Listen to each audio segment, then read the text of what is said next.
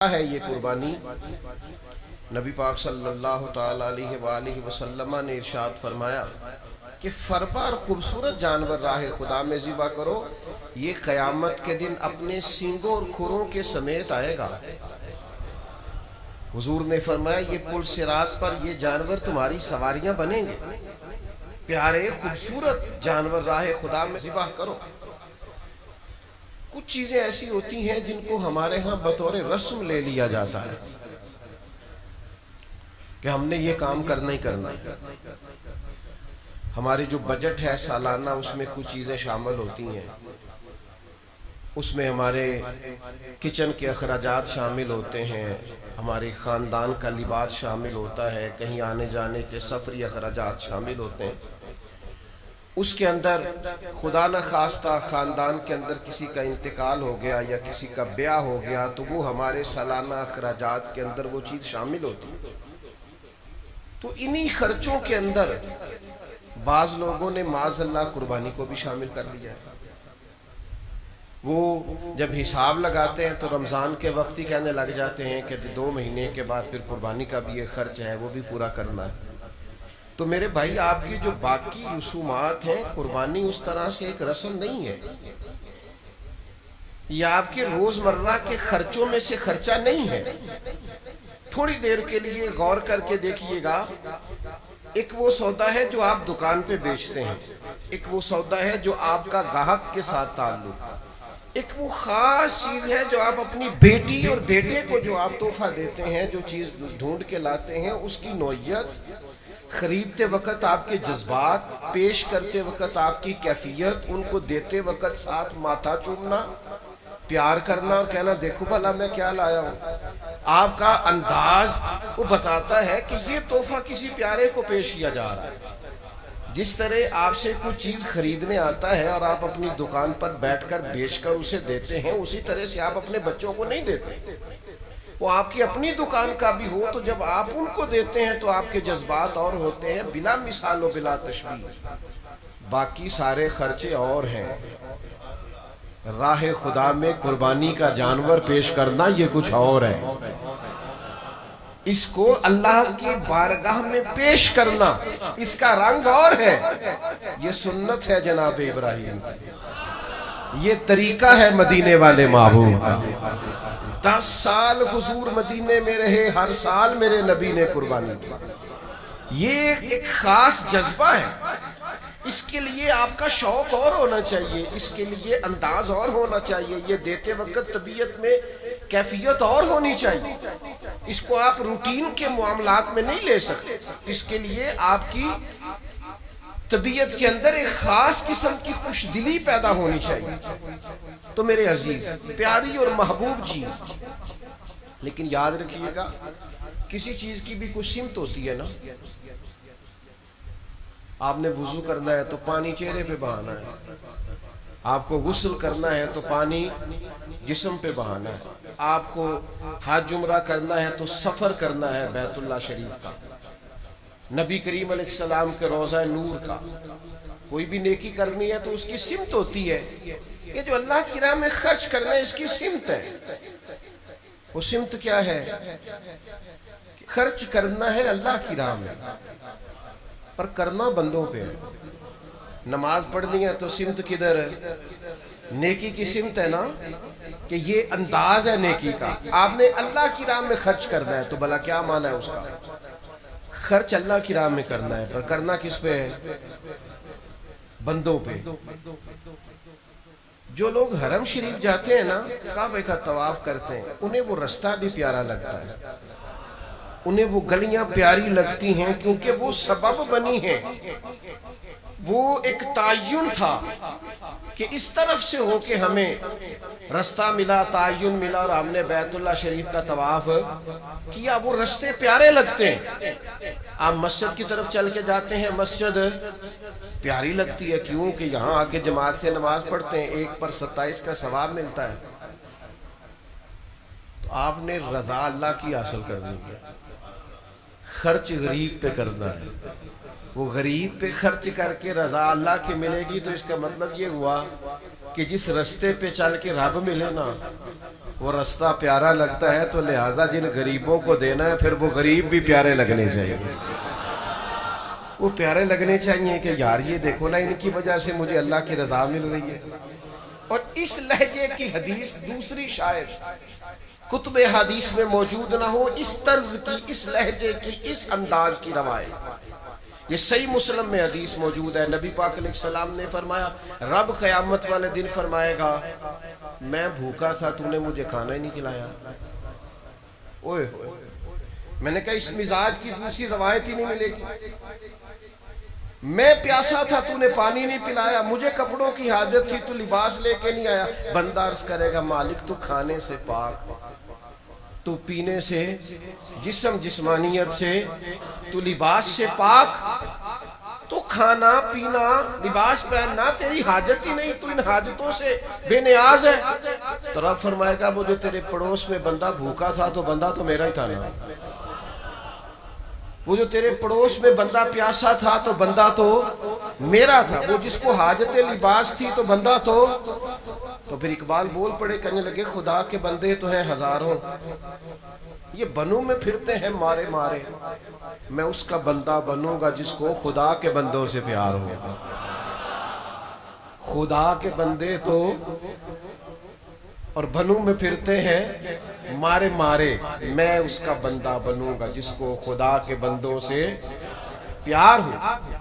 تو غرباء پہ خرچ کرنا ہے، مساکین پہ خرچ کرنا ہے، حصول اللہ کی رضا کا ہوگا۔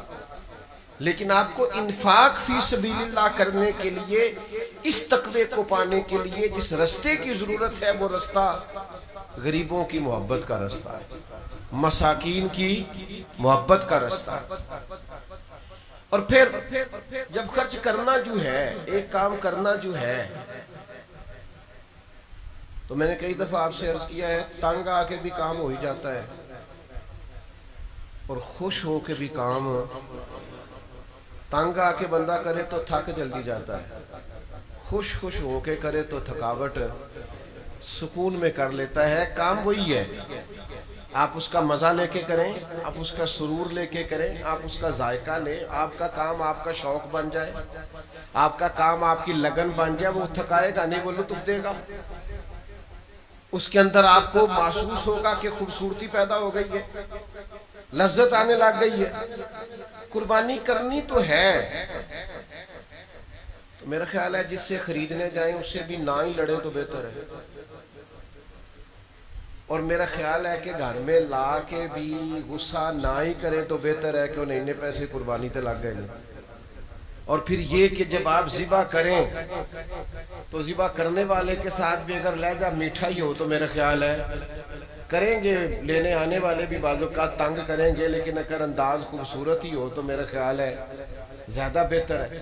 اور دیکھیں نبی پاک صلی اللہ تعالیٰ علیہ وسلم بات کر دیتے، لیکن بات کے اندر اس قدر جاذبیت پیدا ہو جاتی کہ لفظوں کو گویا حسن مل جاتے، حضور بولتے تو جیسے جملوں میں خوشبو پیدا ہو جاتی، جیسے الفاظ کو اندازہ ہوتا کہ ہماری بڑی قیمت ہے۔ المعجم الکبیر میں امام طبرانی نے سرکار کا فرمان لکھا ہے، کریم محبوب علیہ السلام ارشاد فرمانے لگے، خوش دلی سے قربانی کرنا، جو خوش دلی سے قربانی کرے گا اس کی قربانی اس کے اور جہنم کے درمیان حجاب بن جائے گی، پردہ بن جائے گی، روک بن جائے گی۔ خوش دلی والی قربانی بندے کو دوزخ میں جانے نہیں دے گی، لیکن حضور نے خوش دلی کی شرط لگائی ہے۔ کس کی شرط لگائی ہے؟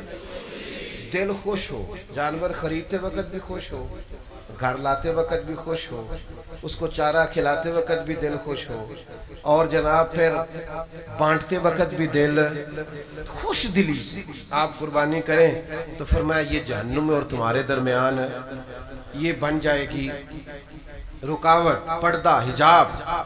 پھر میں آپ سب کی خدمت میں ایک بات عرض کروں گا کہ کسی بھی دینی عبادت کو کبھی مشکل نہ بنائیں۔ قربانی کاروبار نہیں، قربانی عبادت ہے۔ بڑی محنت کی ہے اس نے، جس نے 2 سال تک بچڑا پالا ہے اور 5 سال تک اونٹ پالا ہے، اس کا حق بنتا ہے وہ قیمت وصول کرے، لیکن وہ ایک بات کو سمجھ لے کہ میں مسلمان ہوں، اور قربانی تجارت نہیں ہے، قربانی عبادت ہے. وہ اپنی قیمت وصول کرے، رقم لے. خرید کے لانے والا بھی اس چکر میں نہ پڑے کہ او خو یہ کیا ہو گیا، میں تو مہنگا لے آیا ہوں، مجھے تو آخری رات پتہ چلا کہ قیمتیں تو بڑی گر گئی تھی. او خدا کے بندے، تیرے جتنے لاکھ لگے راہ خدا میں لگے، اللہ کے حضور پیش ہو گئے، وہ تیرے لیے ذخیرہ آخرت بن گئے. اس کو آسان بنائیں، بیچنے والا بھی، خریدنے والا بھی، ماحول میں بانٹنے والا بھی. اس میں کسی کے لیے تکلیف کا سامان نہ کریں. نہ چڑھائیں آپ فوٹو کہ میں نے یہ جانور خرید لیا ہے، کوئی فرض ہو گیا ہے. سوشل میڈیا پہ کچھ اور چڑھا لیں. آپ بکرا لے لے کے ناراض نہیں ہونا مجھ سے. میں نے دیہاتوں میں وہ مائیں دیکھی ہیں جو گلی کے اندر چیزیں بیچنے والے کو کہتی تھی پائیے اتھوں ذرا چپ کر کے لنگ جا، میرا منڈا ضد کر دے، پیسے نہیں ہیں میرے پاس، تو میرا بچہ ضد کرتا ہے، تو یہاں آواز نہ دے کے تو کیا بیچتا ہے. وہ اس ڈر سے بچوں کو سلا دیتی ہے، وہ اس ڈر سے گلی میں پھر کھلونے بیچنے والا نہ آ جائے.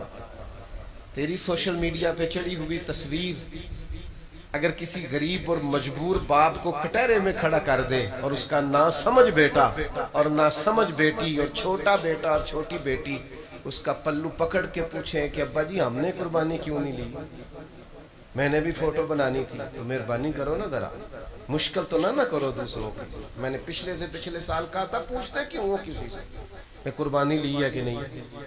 آپ کو اگر سمجھ آ گئی ہے نہیں لی تو آپ طے کر لیں کہ میری لسٹ میں نام آ گیا، گوشت اس کے گھر پہنچانا. مشکل کیوں کر رہے ہیں لوگ، مشکلات نہ پیدا کریں. آپ میں نے اتنے لاکھ کا لیا اور میں نے اتنے کروڑ کا لیا اور میں نے یہ کیا، یہ فخر کا باعث نہیں، یہ عبادت ہے.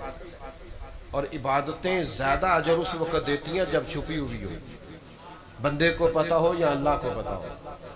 ہاں میں ایسے لوگوں کو جانتا ہوں قربانی ان کی ہوتی ہے، بندی کسی اور کے ڈیرے پہ ہوتی، ذبح کہیں اور ہو رہی ہوتی. وہ کوشش کرتے ہیں کہ کسی کو خبر نہ ہو. تو میرے بھائی اس کو کسی قسم کی مشکل کا ذریعہ. ایک چھوٹی سی بات اور بھی ہے، آپ کو پتہ ہے کسائی کو بڑی جلدی ہوتی ہے عید والے دن، اور ہمیں بھی بڑی جلدی ہوتی ہے کہ پہلے میرا نمبر، پہلے. میرا خیال ہے عید کا سارا دن جھوٹ بول کے نہیں گزارنا چاہیے. وہ کہے میں آیا اور آپ کہیں کتنی دیر میں، تو آپ کو بھی پتہ ہے کہ اگر اس نے کسی جگہ اور بھینسا یا بچڑا گرا لیا ہے تو وہ جلدی فارغ ہونے والا. ہم کیا کرتے ہیں، بعضوں کا جھوٹ کی دنیا آباد کرتے ہیں. کسائی کو جلدی ہے، آپ کے گھر ہی نہیں آیا، اس نے آپ کے بعد بھی 2 جگہ پہ جانا ہے. اب سنو حدیث، مستدرک میں حدیث موجود ہے. نبی کریم صلی اللہ تعالی علیہ وسلم گزرے تو ایک شخص نے بکری کی گردن پر پیر رکھا ہوا تھا اور چھری تیز کر رہا تھا. اور یہ میں نے اپنی آنکھوں سے کرتے ہوئے دیکھا ہے. کسائیوں جانور کو سارے پکڑ لیتے ہیں اور پھر وہ چھری تیز کرنے لگتا ہے. مستدرک کے اندر حدیث موجود ہے، اس نے جانور کے گردن پر پیر رکھا ہوا ہے اور چھری تیز کر رہا ہے. حضور تشریف لے آئے، نبی پاک علیہ السلام نے فرمایا تم اسے بہت ساری موتیں دینا چاہتے ہو، کئی موتیں دینا چاہتے ہو اسے، چھری کہیں اور تیز کر، اس کی آنکھوں کے سامنے نہ کر، اور سارا انتظام مکمل کر تو پھر بسم اللہ اللہ اکبر کہہ کے اسے ذبح کر. لیکن وہ چونکہ جلدی بڑی ہے، چونکہ یہاں سے وہاں بھی جانا ہے پھر وہاں سے آگے بھی جانا ہے، تو بھئی شریعت نے 3 دن دیے، آپ کو ایک لمبا چوڑا وقت دیا ہے قربانی کے لیے. اور اب وہ دور نہیں ہے کہ سال بیت گیا گوشت نہیں کھایا، اب تو فریزر سارا سال بھرے رہتے ہیں. لہذا بہت اطمینان کے ساتھ یہ کام کیجئے. ایک اپیل اپنی طرف سے بھی کرنی ہے، صفائی نصف ایمان ہے.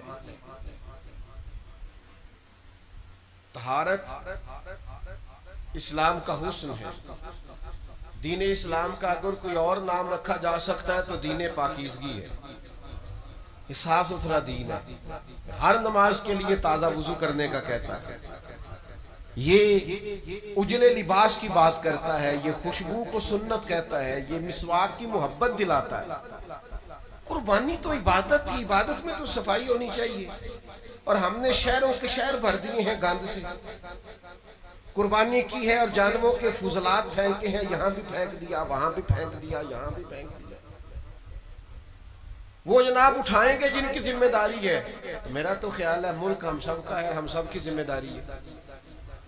ہم کوئی مخصوص جگہ جن کا تعین کیا جاتا ہے کہ یہاں آپ کوڑا کرکٹ پھینک دے, وہاں جا کر کے جانوروں کے فضلات کو تلف کیوں نہیں کرتے؟ وہیں اپنے دروازے کے سامنے, وہیں اپنی گلی کے کونے میں اس سے تعفن اٹھتا ہے, اس سے بدبو پھیلتی ہے.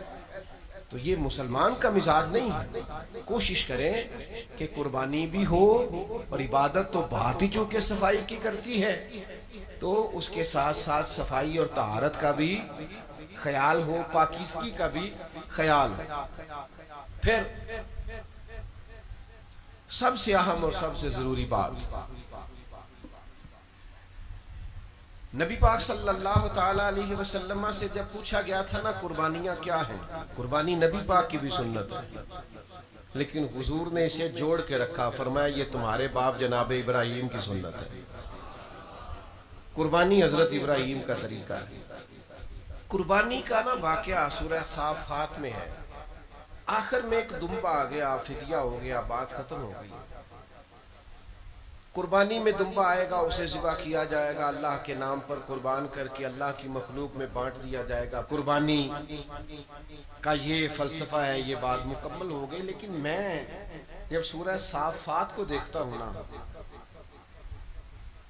تو مجھے سب سے زیادہ پیار پتہ کس بات پہ آتا ہے کہ قربانی کا سارا رنگ اپنی جگہ پر, لیکن جو باپ اور بیٹے کی گفتگو ہے نا, سارے نعت خانوں نے نا شعر ماں کی شان میں لکھے ہیں, پڑھے بھی اماں کی شان میں ہی جاتے ہیں. اور ٹھیک ہے بھائی, اماں کا پیار اس کی کوئی حد کو پہنچ سکتا, لیکن چلو تھوڑا سا ابا جی کا بھی پیار شامل کر لو, ہلکا پھلکا چلو ابا جی کا بھی کئی ذکر کرے.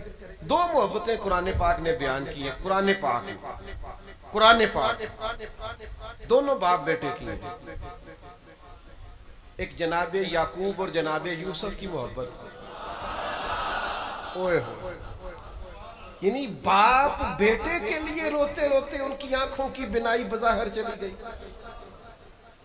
دو محبتیں, ایک جناب یعقوب اور یوسف کی محبت, اور ایک جناب ابراہیم اور اسماعیل کی محبت. دو محبتیں بیان کی ہیں قرآن نے, دونوں باپ اور اوئے ہوئے. کدے پتر نو سمجھ لگے نا ابا پیار کردہ کہ نہیں, اس کو پتہ ہی کوئی نہیں. یہ کہتا ہے مجھے ڈانٹتا ہے, مجھے جھڑکتا ہے. یہ ڈانٹتا نہیں, یہ ریگ مارتا ہے, یہ تیری غلاظتیں اتارنا چاہتا ہے. یہ تجھے نا اوئے ہوئے, وہ جو ابا جی کا اوئے ہے نا, تجھے پتہ نہیں اس کے اندر طاقت کتنی زیادہ ہے. وہ ادھر آئے نا, تجھے پتہ نہیں کہ تیرا باپ تجھے جوان کتنا کرنا چاہتا ہے. اور تیرے کو ٹوری نہیں ہوندا, اور تو نکما رہ گیا, تجھے پتہ نہیں اس کے پیچھے درد کتنا ہے. زندگی میں جو باپ کی جھڑکیاں سہ گیا نا, انشاءاللہ کسی اور کی کھانی نہیں پڑے گی, بس کامیاب ہو, کسی اور کی نہیں کھانی پڑے گی, سہ جائے. اور جو باپ کے سامنے اونچا بولتے ہیں وہ یاد رکھیں, جو باپ کے سامنے اونچا بولتا ہے اس کا قد کبھی اونچا نہیں ہوتا, اس کا کردار کبھی اونچا نہیں ہوتا, اس کو کبھی دنیا میں وہ وقار نہیں ملتا جو اس کا حق ہے. قربانی آ گیا مینڈا, وَفَدَيْنَاهُ بِذِبْحٍ عَظِيمٍ, آ گیا, بات ختم ہو گئی. پر یہ ذرا باپ بیٹے کی گفتگو تو سنو کیا ہو رہی ہے. اے ذرا پیو پتر دیاں گلاں, سورہ صافات. باتیں اتنی پیاری تھیں باپ اور بیٹے کی کہ اللہ نے قرآن میں ذکر فرما دی. یعنی اللہ کہتے ہیں تو میں نہ دساں پلا دو میں گلاں کی کر دے سن دو. بندے پوچھتے نا اتھے کی گلاں ہو رہی ہیں سن, بھئی ادھر کیا باتیں چل رہی تھیں. اللہ کہتا ہے میں بتاؤں ابراہیم اور اسماعیل کی باتیں کیا تھی. یہ سورہ صافات, کبھی اس کا مزہ لینا. مجھے تو خیر بڑا لطف آتا ہے, میں جب بھی پڑھتا ہوں, ہر سال پڑھتا ہوں, کئی بار پڑھتا ہوں, مزہ لیتا ہوں. یہ سورہ صافات ہے, 23واں پارہ ہے, 100 نمبر آیت سے بات شروع ہو رہی. اللہ کہتے ہیں پہلے تو ابراہیم نے دعا مانگی, چلیں اپنے لفظوں میں بات کرتے ہیں. منتا مرادانہ پتر لیا, منتا مرادانہ. پرانے وڈیرے آندے سن تانوں کو منتا مرادہ منگنیاں پیندیاں نا تے بالاں دی قدر ہوندی. پہلے تو حضرت ابراہیم نے دعا مانگی, کہا ربی حب لی من الصالحین, الہی مجھے بھی صالح اولاد عطا فرما. تو رب فرماتا ہے فبشرناہ بغلام حلیم, ہم نے انہیں نہ عقل مند بیٹے کی خوشخبری عطا فرمائی, بردبار بیٹے کی, حلیم بیٹے کی خوشخبری دی. پہلے مانگا, مانگ کے لیا. فلما بلغ معہ السعی, اور پھر جب وہ ساتھ سعی کرنے کے قابل ہوا نا, دوڑ دھوپ کرنے کے قابل ہوا, ساتھ کام کاج کرنے کے قابل ہوا, ان میں نو پتر رل پیا ہے, اب بیٹا آ گیا ہے, اب خیر ہے, بچے بڑے ہو گئے. فلما بلغ معہ السعی, قرآن شریف پڑھ رہا ہوں. اللہ کہتا ہے جب وہ حضرت ابراہیم کے ساتھ چلنے کے, دوڑ دھوپ کرنے کے قابل ہوئے, تو حضرت ابراہیم علیہ السلام نے کیا کہا؟ قال یا بنیا, کہا او میرے بیٹے, اوے پترا, او میرے پتر ادھر آنا, بات سن. باپ بیٹے کی گفتگو ہے. میں نے کہا تھا اماں مجھ سے ناراض نہ ہو جائے, پر اس باپ بیٹے کی گفتگو میں اماں بھی شامل کوئی نہیں, اس میں اماں جی کا مشورہ ان کو شامل نہیں کیا. جناب حاجرہ اس میں موجود ہے. کہتے ہیں بیٹا ساتھ چلنے کے جب قابل ہو گیا, قال یا بنی انی ارا فی المنام انی اذبحک, کہا بیٹا میں نے خواب دیکھا ہے رات کو کہ میں تمہیں ذبح کر رہا ہوں. ایک سوال بھی نہیں کیا جناب اسماعیل, او بیٹو, اللہ کا قرآن ایک سوال بھی نہیں پوچھا. یہ بھی نہیں پوچھا ابا جی خواب کی تعبیر کیا ہے, ابا جی مثلا نبی کو خواب آئے تو کیا ہوتا ہے, کیونکہ حضرت اسماعیل جانتے تھے میرا باپ نبی ہے اور نبی کی خواب وحی الہی ہوتی ہے. کوئی تفسیر نہیں پوچھی, کہا میں نے خواب دیکھی ہے انی اذبحک فانظر ماذا تری, تیری کیا رائے ہے پتر, پھر کیویں کریے, تیری کیا رائے ہے؟ کیا کہا جواب؟ قال یا ابت افعل ما تؤمر. میں اس کا ترجمہ نہیں کر سکتا, میرے فہم سے, میری سمجھ سے, میرے ادراک سے باہر ہے. وہ کہتے ہیں میں نے خواب دیکھی ہے, میں ذبح کر رہا ہوں. کہنا چاہیے تھا ابا جی کر دے ذبح, جواب یہ ہے, کہا یا ابت افعل ما تؤمر, ابا جی نرا ذبح نہیں, رب جو کہتا ہے آپ وہ میرے ساتھ کریں, جو حکم ہوتا ہے کریں, چاہے ذبح کریں چاہے جلا دیں, چاہے ذبح کریں چاہے ٹکڑے ٹکڑے کر دیں, جو دل میں آتا ہے. یاری جو تیری سونا ہے تے پھر ازمائشاں بھی تیریاں آگ, اے سونا پرکھیا جامد ہے, پہلو نہ لگاں دے لگ, ٹھیک ہے. یا ابت افعل ما تؤمر, جو رب کہتا ہے, جو حکم ہوتا ہے آپ میرے ساتھ کریں. ستجدنی انشاء اللہ من الصابرین, مجھے آپ انشاءاللہ صبر کرنے والوں میں سے پائیں. اچھا پھر اللہ کیا کہتا ہے؟ فلما اسلم وتلہ للجبین, فرمایا دونوں باپ بیٹا حکم ماننے کو تیار ہو گئے, اور باپ نے بیٹے کو پیشانی کے بل لٹا لیا, یعنی پوری تیاری ہو گئی, چھری آ گئی, سامان مکمل ہو گیا. اچھا یہ میں نے کہا قربانی کا فلسفہ اپنی جگہ پر, جو گفتگو ہے نا باپ بیٹے کی, یہ جو چند جملے ہیں ان کی رانائی دیکھیں, کہ جو حکم ہوتا ہے کرے. فلما اسلم وتلہ للجبین, اللہ کہتا ہے وہ تیار ہو گئے تھے دونوں, انہوں نے پیشانی کے بل لٹا لیا تھا, وہ تیار ہو گئے تھے. وَنَادَيْنَاهُ أَن يَا إِبْرَاهِيمُ, ہم نے ندا دی, ہم نے آواز دی. حضرت جبریل کو نہیں بھیجا یا اللہ, فرمایا نہیں میں نے ندا دی, خدا خود میر مجلس میں. ہم نے ندا دی. کیا ندا دی؟ قد صدقت الرؤیا. اے ابراہیم آپ نے تو خواب سچا کر دکھایا. اِنَّا كَذَلِكَ نَجْزِي الْمُحْسِنِينَ. ہم اسی طرح صلہ دیتے ہیں نیک لوگوں کو. ابھی آپ نے تفسیر سمجھ لیا تو اور مزہ آنا. ہم اسی طرح صلہ دیتے ہیں نیک لوگ. یا اللہ صلہ کیا ہے؟ صلے تو قیامت میں ملنے ہیں. صلے تو آگے. یہ صلہ کیا ہے تو سن لو نا. مفسرین کہتے ہیں یہ جو بندہ رب کے سامنے جھک جاتا ہے نا تو یہ جھک جانا بھی اللہ کی طرف سے انعام ہی ہے. رب کے حکم پر سرے تسلیم خم کرنا, اس کی مان لینا, یہ بھی بہت بڑا انعام ہے. فرمایا اسی طرح ہم صلہ دیتے ہیں نیک لوگوں کو. اِنَّا هَذَا لَهُوَ الْبَلَاءُ الْمُبِينُ. فرمایا بے شک یہ بہت بڑی آزمائش تھی. وَفَدَيْنَاهُ بِذِبْحٍ عَظِيمٍ. تو ہم نے نا ایک ذبح عظیم کا فدیہ دے دیا. اللہ نے فدیہ دے دیا. کوئی کسی کا صدقہ دیتا ہے, کوئی کسی کا صدقہ دیتا ہے. رب کہتا ہے میں نے فدیہ دے دیا. ایک دمبا بھیج دیا. وَتَرَكْنَا عَلَيْهِ فِي الْآخِرِينَ. اور بعد والوں میں سے باقی رکھا. قیامت تک اس کا ذکر ہوتا رہے. یہ بعد والوں میں ہم نے اس فدیے کو, اس جانور کے ذبیحہ کو, پیچھے کیا ہے باپ اور بیٹے کی حسین گفتگو.